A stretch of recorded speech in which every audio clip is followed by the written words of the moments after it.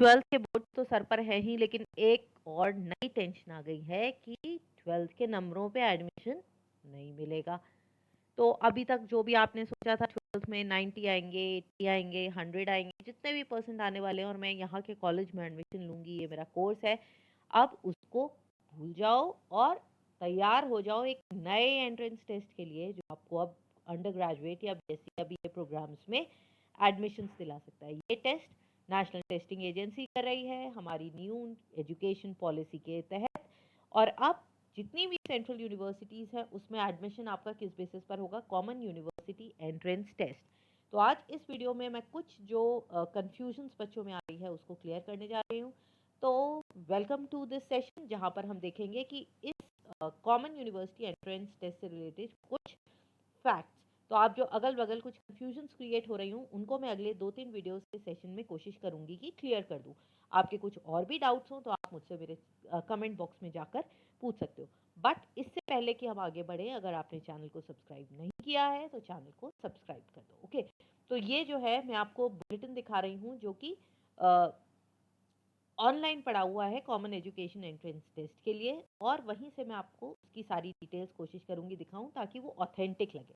तो सबसे पहले उन्होंने ये दिखाया है कि कौन कौन सी यूनिवर्सिटीज़ पे चलेगा। जितनी भी सेंट्रल यूनिवर्सिटीज़ हैं वहाँ पर यही वाला आपका CUET चलेगा, इसी के स्कोर्स वैलिड होंगे। जैसे Aligarh university, Aligarh Muslim university, Assam university, Bhimrao Ambedkar university, Banaras Hindu university, central university, Karnataka की यूनिवर्सिटी है, आंध्र प्रदेश, बिहार। और ये तो एक पेज पर है, और जो लास्ट पेज है उस पर भी उन्होंने यही दिखाया है आपको। देखो, महात्मा गांधी अंतर्राष्ट्रीय हिंदी विद्यालय, मणिपुर, मिजोरम यूनिवर्सिटी, नागालैंड यूनिवर्सिटी, इलाहाबाद, और ये दिल्ली यूनिवर्सिटी। इसके लिए तो बहुत सारे बच्चे एम कर रहे होंगे। तो ये वो सारी यूनिवर्सिटीज़ हैं जहाँ पर CUET के थ्रू ही एडमिशन होगा।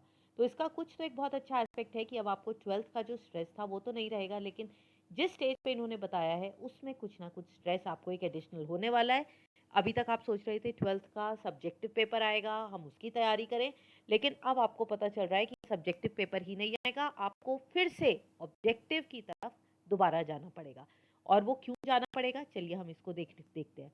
तो ये उसका इंडेक्स है जो बुलेटिन आया है, और इसी के थ्रू मैं आपको दिखा रही हूँ जिससे आपको बिल्कुल श्योर रहे कि हम जो देख रहे हैं वो सही देख रहे हैं।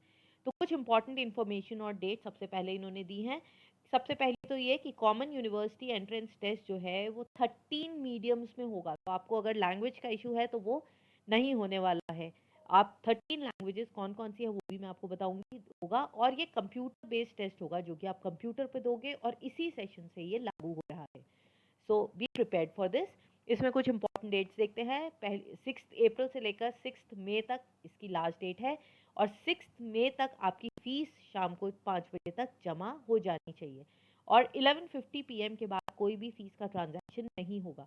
जो भी आपकी डिटेल्स आएंगी इसी वेबसाइट पर आएंगी, प्लीज़ आप वेबसाइट पर ही जाकर चेक करो, इधर उधर देखने की ज़रूरत नहीं है। ये साइट कौन सी है ये भी बता देती हूँ, samarth.ac.in। डेट ऑफ एग्जाम अभी क्लियर नहीं है, लेकिन फर्स्ट और सेकेंड वीक ऑफ जुलाई में ये एग्जाम हो जाएगा। तो जून फर्स्ट वीक तक आपके पेपर्स 12 के खत्म होंगे, तो आपको एक वीक मिलेगा सब्जेक्टिव पेपर से ऑब्जेक्टिव पेपर की तरफ जाने के लिए। एग्जाम जो है वो 2 स्लॉट्स में होगा। जो पहला स्लॉट है वो 3 आवर्स एंड 15 मिनट्स का है। तो जो आपके बच्चे हैं ना जो बिल्कुल ऑब्जेक्टिव में, गूगल फॉर्म्स में 5-7 मिनट के पेपर देने के आदी हो गए हैं, थोड़ी सी प्रैक्टिस कर लो, अब आपको बहुत देर तक पेपर देना है। पहला स्लॉट जो है वो 3 आवर 15 मिनट्स का है, और दूसरा स्लॉट 3 आवर्स 45 मिनट्स का है, डिपेंडिंग अपॉन आपने कितने पेपर्स को ऑप्ट किया है। एग्जाम का टाइम होगा स्लॉट 1 का 9 AM से लेकर 12:15 तक, और स्लॉट 2 है 3 PM से लेकर 6:45 तक। इतनी देर बैठने में तो आपको अभी नानी याद आने वाली है। प्रैक्टिस करना शुरू कर दो, तैयारी करो।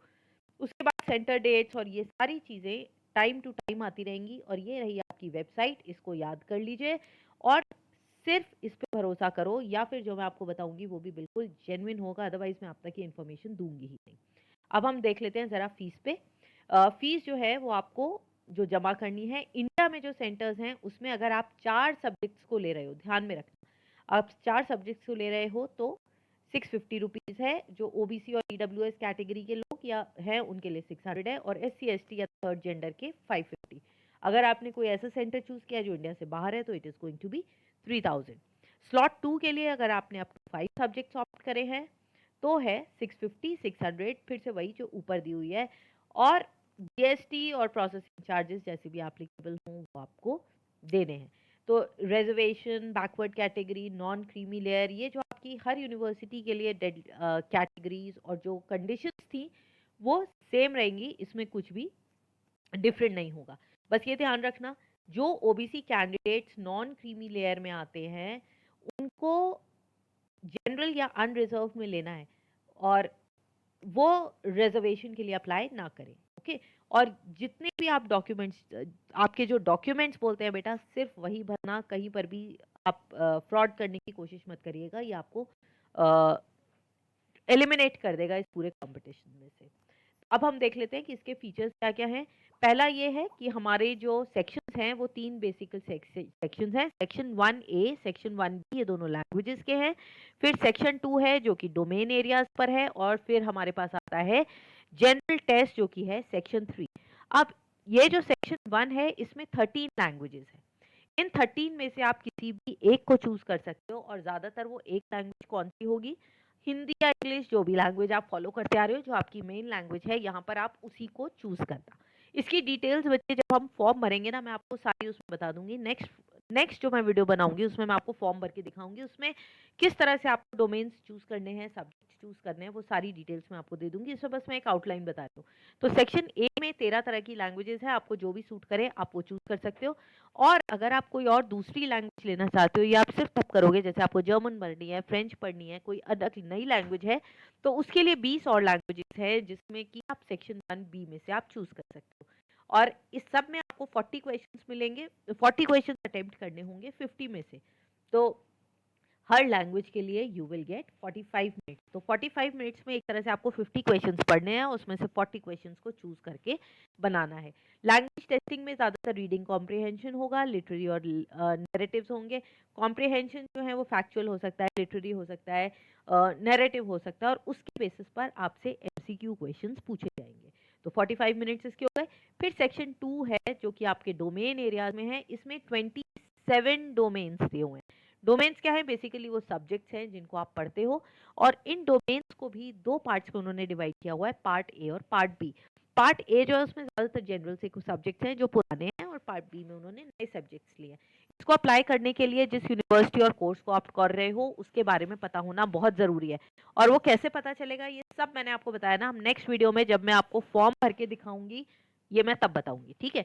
यहाँ पर भी आपको 50 में से 40 क्वेश्चंस करने हैं, ये भी आपके एमसीक्यू बेस्ड क्वेश्चंस होंगे, और सारे के सारे जो क्वेश्चंस होंगे वो एनसीईआरटी की बुक में एनसीईआरटी के सिलेबस के अकॉर्डिंग ही होंगे। हर डोमेन के लिए आपको 45 मिनट्स मिलेंगे, ठीक है। फिर से डिटेल्स अगली वीडियो में। उसके बाद सेक्शन 3 में जनरल टेस्ट होगा, और ये जनरल टेस्ट भी जो है वो सबको नहीं देना, जो जना चूज करना चाहता है वो करे।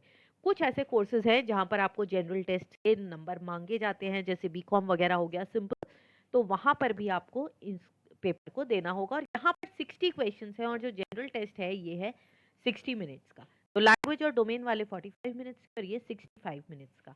अब इसमें क्या क्या आएगा, MCQ based question, general knowledge, current affairs, general mental ability, numerical quantitative ability, reasoning, simple और लॉजिकल और एनालिटिकल रीजनिंग, ठीक है।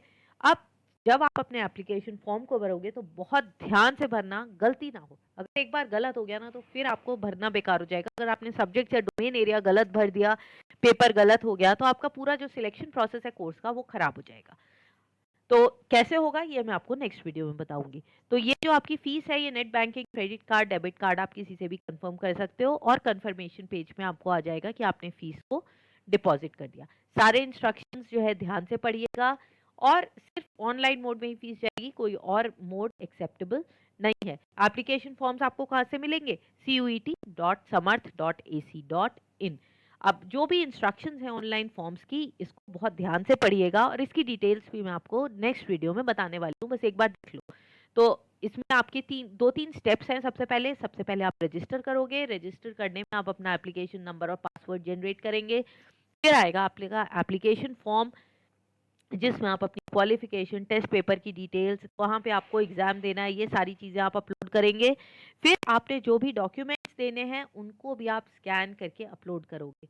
फोटोग्राफ, सिग्नेचर्स, ये कितने एमबी के होने चाहिए, कैसे होने चाहिए, ये सारी चीज़ें मैं आपको बताऊंगी। फोटो कलर्ड और ब्लैक एंड व्हाइट कैसी भी हो सकती है। उसके बाद फोटो, ये देखो ये दिया हुआ है कितना, उसका साइज कितना होना चाहिए, 10 KB से 200 KB, अगर ना हो तो आप इस रेंज में उसे लेकर आओगे। बाकी मैं डिटेल जब हम करेंगे तभी बता दूंगी। फी का पेमेंट भी हो गया। फिर आता है कि सब अपना जो आप ईमेल और मोबाइल नंबर दोगे वो भी एकदम लेटेस्ट ही देना। अब उसके बाद कुछ और इंस्ट्रक्शंस हैं कि अगर आपकी कैटेगरी है, जो भी है, जिसके आपके पास पेपर्स हैं, बस वही फिल करना, अपने मन से कुछ भी मत करिएगा। कॉन्टैक्ट नंबर डिटेल सारी दी हुई हैं। उसके बाद एडवाइजरी है कोविड रिलेटेड, ये कुछ खास नहीं है। उसके बाद एनटीए या नेशनल टेस्टिंग एजेंसी के ऑब्जेक्टिव्स हैं, कैसे करना है, क्या करना है, सेंट्रल यूनिवर्सिटीज क्या होती हैं, किस तरह से आप उसमें कर सकते हैं। फिर आएगा मोड ऑफ एग्जाम, ये मैं आपको बता चुकी हूँ कि ये कंप्यूटर बेस्ड टेस्ट होगा। ये 13 लैंग्वेजेस में आपको ऑफर किया जाएगा। तो ज़्यादातर हमारे यहाँ तो हिंदी, इंग्लिश या फिर आपकी जो भी रीजनल लैंग्वेज हो आप उसको चूज कर सकते हो। ज़्यादातर जो पेपर्स हैं वो बाइलिंगुअल आएंगे, मतलब इंग्लिश और आपकी जो रीजनल लैंग्वेज है उसमें। लेकिन अगर कोई डिस्क्रिपेंसी है तो इंग्लिश वर्जन को ज़रूर पढ़ लेना, वही आपका फाइनल वर्जन माना जाएगा। जो लैंग्वेज की टेस्ट है, जो लैंग्वेज वाले पेपर्स है तो ऑब्वियसली वो बाइलिंगुअल नहीं होंगे, ऑब्जेक्टिव पेपर्स होंगे। उसके बाद 3 सेक्शंस होंगे, ये मैंने आपको पहले बताया, सेक्शन 1 और सेक्शन 1B ये लैंग्वेज का है, सेक्शन 2 सब्जेक्ट स्पेसिफिक डोमेन है और सेक्शन 3 जनरल है। अब आप जो है इसमें 9 टेस्ट दे सकते हैं 9 डोमेन्स में से, जिसमें कि मिनिमम 2 लैंग्वेजेस होनी चाहिए। और अगर आपको कोई और लैंग्वेज पढ़नी है जिसमें आप आगे पढ़ना चाहते हो, जर्मन है, फ्रेंच है, संस्कृत है, तो आप 3 लैंग्वेजेस भी ले सकते हो। बाकी जिस भी यूनिवर्सिटी में आप अप्लाई कर रहे हो वहाँ पर आप देख लेना, और कई स्टेट्स और बोर्ड जो है स्टेट यूनिवर्सिटीज़ वो भी इसको चूज कर सकती हैं। जनरल टेस्ट जो है कई यूनिवर्सिटीज़ ने मस्ट किया हुआ है, तो आप जनरल टेस्ट को भी मेरे ख्याल से तो दे ही दो, क्या फ़ायदा उसको छोड़ने का, दे सकते हो ना आप। तो टाइमिंग्स क्या है, पहला स्लॉट जो है ये मैंने आपको बता ही दिया था, इतनी देर का होगा, और दूसरा स्लॉट जो है वो 195 मिनट्स का होगा। और इसमें आपकी 2 डोमेन्स आएंगी। अब आप एक लैंग्वेज जो है वो सेक्शन 1 और सेक्शन 1B में से ले सकते हो, और 2 लैंग्वेजेस आप सेक्शन 1 और सेक्शन B में से ले सकते हो अगर आपको कोई रीजनल लैंग्वेज पढ़नी हो। ये तो मेरे ख्याल से क्लियर मैं आपको कर ही चुकी हूँ पहले, ठीक है। उसके बाद आती है एलिजिबिलिटी। आपका 10th का तो रिजल्ट आ ही गया होगा, तो मेरे ख्याल से आप सभी एलिजिबल होगे।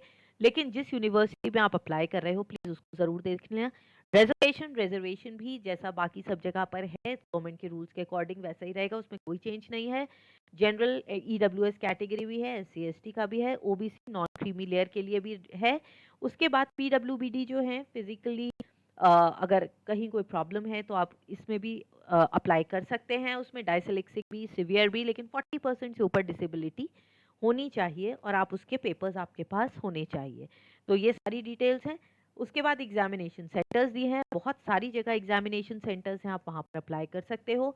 टाइमिंग्स आपने कभी सोचा ये ऐसा क्यों है, स्लॉट 1 3 आवर्स 15 मिनट्स का, और स्लॉट 2 जो है वो 3 आवर 45 मिनट्स का।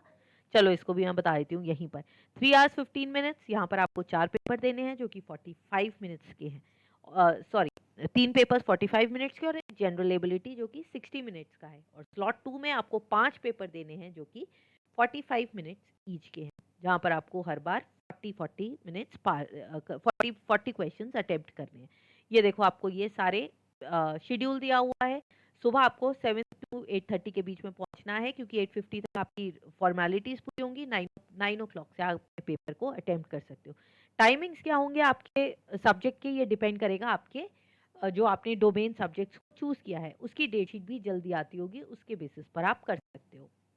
आप अपना टाइम देख के अपने ही पेपर को सिलेक्ट करना। ये देखो 45 मिनट्स पर लैंग्वेज, 45 मिनट्स का डोमेन वाला, लेकिन जो जनरल स्टडीज वाला पेपर है वो लंबा है। फिर ये जनरल इंस्ट्रक्शंस हैं, ये तो हर पेपर के लिए सेम ही होते हैं, टाइम से पहुंचना है, कोई अनफेयर मीन्स नहीं होना चाहिए, इस सब के बारे में है। और स्कोर्स कैसे आएंगे इसके लिए भी मैं एक नया वीडियो बनाऊंगी, क्योंकि ये थोड़े से कॉम्प्लिकेटेड हैं कि आपकी स्कोरिंग होगी कैसे, रीवैल्यूएशन कैसे होगा। क्योंकि ज़्यादातर ये परसेंटाइल फॉर्म में आएंगे, जैसे जीमैट वगैरह के पहले आते थे ना, जीमैट हो गया, टोफल हो गया, इन सब के जिस तरह से आते थे कुछ कुछ उसी तरह से आएगा। और हर पेपर अगर थोड़ा डिफिकल्ट है, कोई क्वेश्चंस इजी है, तो उसको भी वो इक्वल वेटेज देकर तब आपका परसेंटाइल निकालते हैं। फिर इसी बुलेटिन में आपके सारे एनेक्शर्स भी दिए हुए हैं इकोनॉमिकली वीकर सेक्शन के लिए, SC ST के लिए और OBC के लिए। ये सारे आप पैम्फलेट्स भी यहाँ से ले सकते हो और सारी डिटेल्स आपको इसी प्रोस्पेक्टस में मिल जाएंगी। इसके अलावा भी अगर आपको कुछ पूछना हो तो आप मुझसे पूछ सकते हो। ये देखिए यहाँ पर सारी डिटेल्स दी हुई हैं सब्जेक्ट की। लैंग्वेज ए, इसमें देखो ये 13 लैंग्वेजेस हैं, आप इनमें से कोई भी चूज कर सकते हो। ये कंपलसरी है, एक लैंग्वेज होना कंपलसरी है। और अगर आप समझो तो इसमें कोई भी प्रॉब्लम है नहीं। अभी तक हम क्या करते थे, DU में बेस्ट 4 लेते थे जिसमें एक लैंग्वेज होती थी, तो वही आप मान लीजिए बेस्ट 4 के लिए एक लैंग्वेज हो गई ये वाली, ठीक है। उसके बाद बचते थे बेस्ट 3, जो आपके बाकी 5 सब्जेक्ट या 6 होते थे, उनमें बेस्ट 3। अब बेस्ट 3 के लिए जो आपको लगता है आपका सबसे स्ट्रॉन्ग सब्जेक्ट है, उसको अपने 3 डोमेन्स में भर दीजिए। और ये देखो लैंग्वेजेस, अगर आप मणिपुरी, नेपाली, सिंधी, स्पेनिश, तिब्बतन इनको पढ़ना चाहते हो तो आप इनके पेपर को अटेंड कर सकते हो। फिर 27 डोमेन्स हैं, देखो accounts, agriculture, business, chemistry, history, home science, legal studies, ये सारे आपके 27 डोमेन्स हैं। और फिर आ जाता है आपका जनरल टेस्ट। तो आपको क्या करना है, 2 लैंग्वेजेस ले सकते हैं, 3 आपको, अगर आप किसी लैंग्वेज को पढ़ना चाहते हो आप 3 लैंग्वेजेस भी ले सकते हो। मैक्सिमम अगर आपने 2 लैंग्वेज ली है तो 6 डोमेन सब्जेक्ट्स चूज कर सकते हो और एक जनरल टेस्ट। अगर आपने 3 लैंग्वेजेस ली हैं तो आप 5 डोमेन सब्जेक्ट्स ले सकते हो और एक जनरल टेस्ट। तो ये आपके जनरल हैं कि आप किस तरह से सब्जेक्ट्स को चूज करोगे। डिटेल्स नेक्स्ट वीडियो में। और ये आपके एग्जामिनेशन सेंटर्स आ जाएंगे सारे, देखो बहुत सारे सेंटर्स हैं, जो आपको सूट करता है आप उसको ले लो। फिर पेमेंट के ऑप्शंस हैं, किस तरह से हम पेमेंट्स देंगे। बाकी सारी ऐसी डिटेल्स हैं जिनकी आपको कोई खास जरूरत नहीं पड़ेगी जब तक कि कोई प्रॉब्लम ना आ गया है। कुछ इंस्ट्रक्शंस हैं, रफ वर्क आपको वहीं जो शीट मिलेगी उसी में करोगे। और अगर इसके अलावा आपको कभी कुछ पूछना हो तो आप मुझसे कमेंट बॉक्स में जाकर पूछ सकते हो। वैसे मार्किंग और जिस तरह से आपको पेपर भरना है और क्या इससे डोमेन्स चूज करना है, इसको मैं अपने नेक्स्ट 2 वीडियोस में कवर करूंगी। Hope you would have understood. कोई भी डाउट हो तो आप पूछ लेना। See you in the next video, till then bye bye and don't forget to share it with your friends. किसी को कोई डाउट हो तो उन